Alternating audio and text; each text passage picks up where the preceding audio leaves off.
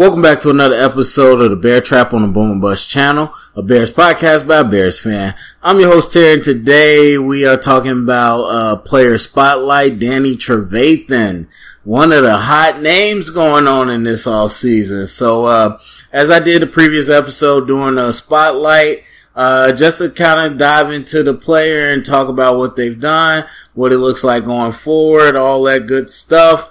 We're going to talk about, are they a core player? Are they a starter, a building piece, or just a backup? All that good stuff. So, if you know me, I like to get the numbers out of the way first. Not a big number guy, but it's part of the conversation. So if we're talking about Danny Trevathan, I think everybody wants to start with the availability. You're talking about a guy that gave us 12 games last season and 8 games the season before if you're talking about starts. Overall, that's 20 starts out of 32 games. And a lot of people feel like that's not enough. One thing that we say in football coaching wise is the best ability is availability. That goes from high school all the way up to the professionals. And a lot of people don't really look at it until the example hits close to home. There's none other we gotta talk about than Kevin White. But we talked about him enough. Just talking about Danny Trevathan, you see it. Like, talent is one thing, but if you're not on the field or the court or whatever, it doesn't really matter. And now, I personally don't think Danny Trevathan is like Kevin White or anything. I mean, we got a team with a guy who's a first-round pick who has not played. And we're going to sit here and talk about Danny Trevathan. I mean, yes, he missed one game for suspension. Then he missed games because of injury. Not ideal, but I'm not going to sit here and, it's hard to complain comparatively. But anyway, the fact is, he hasn't been like an every game starter. I don't know if I'll hold that against him. 20 out of 32 games is a physical sport, physical position. I'm honestly not going to hold that against him too much. Especially when we got an injury bug all over the team. It's not like he's the only guy out. So that's the number one thing people want to talk about. But talking about production, we got 89 tackles this year. We got an interception, forced fumble, 2 sacks, which ties his career high in the season, I should say. So nothing that blows you away, especially turnover wise, but the Bears in general just weren't great turnover wise. I mean, 2 sacks for an inside linebacker. I can't ask for much more than that. 89 tackles, not exactly what you want to see, but 12 games. If you extrapolate that out, then you're talking about a pretty decent, total. I mean, it'd be silly to say that he's not good at, defending the run or he's not an active player. But, for the people that just like stats, they are what they are. That's not going to rank in the top 10 of any categories, but I for 12 games, I don't think they're bad. I don't think they're great. I think they're decent. So that's the numbers. Now talking about actual football, again, against the run, you got a really good defender, really active defender. I mean, they list him at 6'1", and he's shorter than that, but you got a guy that plays around 235-ish. Could definitely move around. I mean, he's getting up there in age, and that's kind of the one thing, but, you talk about people that are drafted, kind of under the radar, and that's what you had with Brandon Marshall and Danny Trevathan over in Denver, where John Fox was at, and then they, were able to bring him over.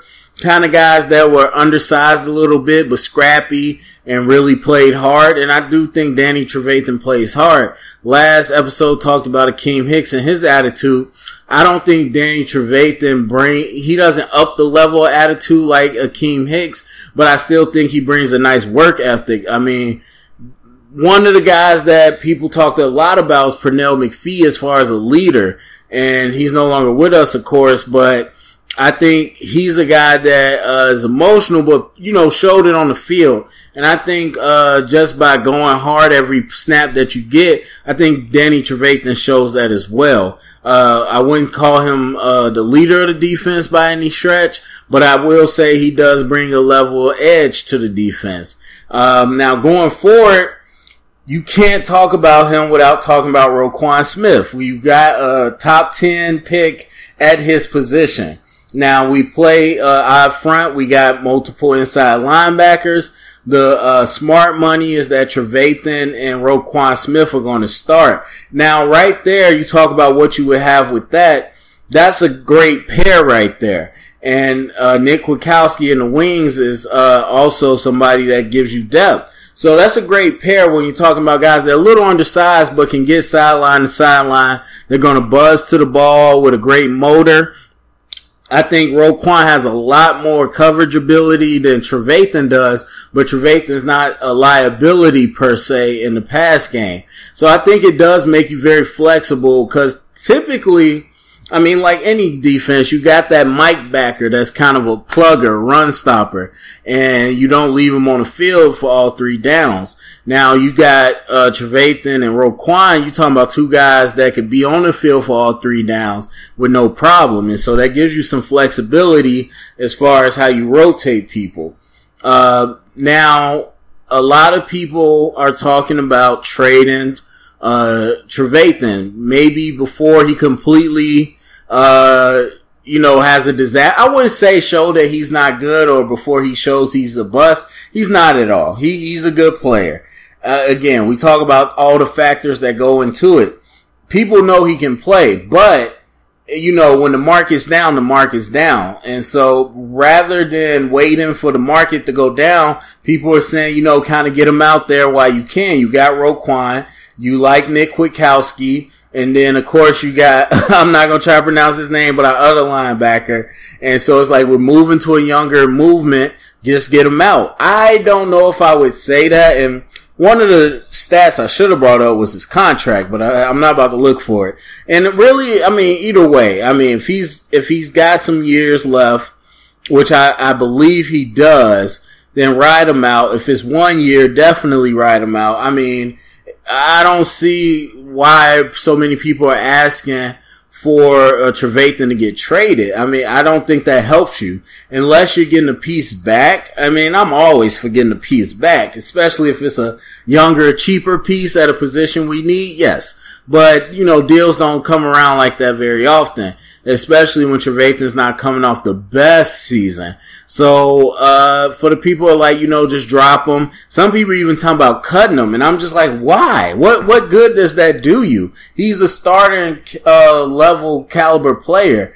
And so I don't see the reason that letting him go or how that would help our roster. I mean, Nick Kwiatkowski's coming off a season into injury, so it's not like he's just raring to go. I mean, he's had his issues too. I think he's a very good player, but he had his injuries, and he's nowhere near the athlete that Trevathan is. So, I mean, even if you want to talk about the suspension, I thought that was a BS suspension. I mean, don't get me started on the helmet-to-helmet contact. Go on for a long time. But basically, you're talking about a guy that's shorter than the taller guy.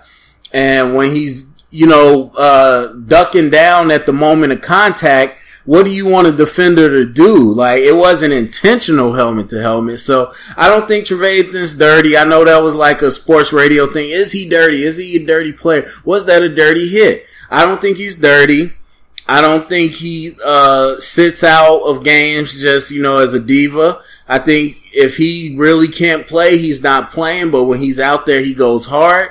And just like everybody else, if he's not out there all day long because the offense can't move the ball, then he's going to be a fire plug when he's on the field. So that's how I feel about Trevathan. As far as labeling him, I would label him as a starter going forward, meaning, like I said, for this year or the next few years, I think him and Roquan would be a good combo.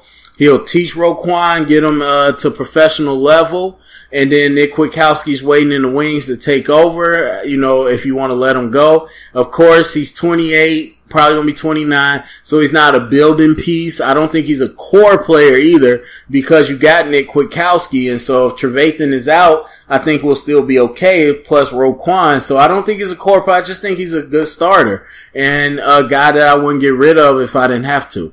But I'd like to hear what you guys think. Go to the comment section. What do you think about Trevathan so far? What do you think about him going forward? Are you one of those people that want to get rid of him? Thumbs up, subscribe, get the convo started. And remember, stay up and bear down.